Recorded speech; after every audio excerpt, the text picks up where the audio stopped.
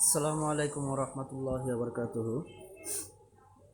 আপনারা আগের অনেকগুলো ভিডিওতে দেখছেন আমি কবুতর পালতেছিলাম, তো এখন ওইগুলো সব বাদ দিয়েছি, কারণ কবুতর পাললে লস আর লস। এখন কবুতরের সেই খাঁচায় মুরগি পালন করতেছি, দেশি মুরগি।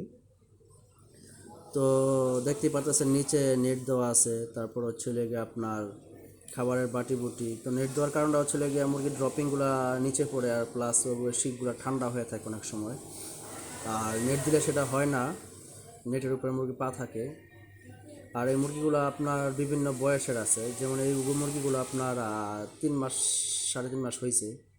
আর মাঝখানে কিছু কোয়েল পাখিও কিনছিলাম, প্রায় 20টার মতো। তো সেগুলো থেকে আবার কিছু জব টব করা হয়েছে, খাওয়া হয়েছে আর কি। তারপর নিচের এই দুইটা কালো মুরগি, মানে দুইটা মুরগি, কালোটা প্রতিদিন একটা করে ডিম দিতেছে, আর এটা একদিন পর পর দিতেছে খয়েরিটা।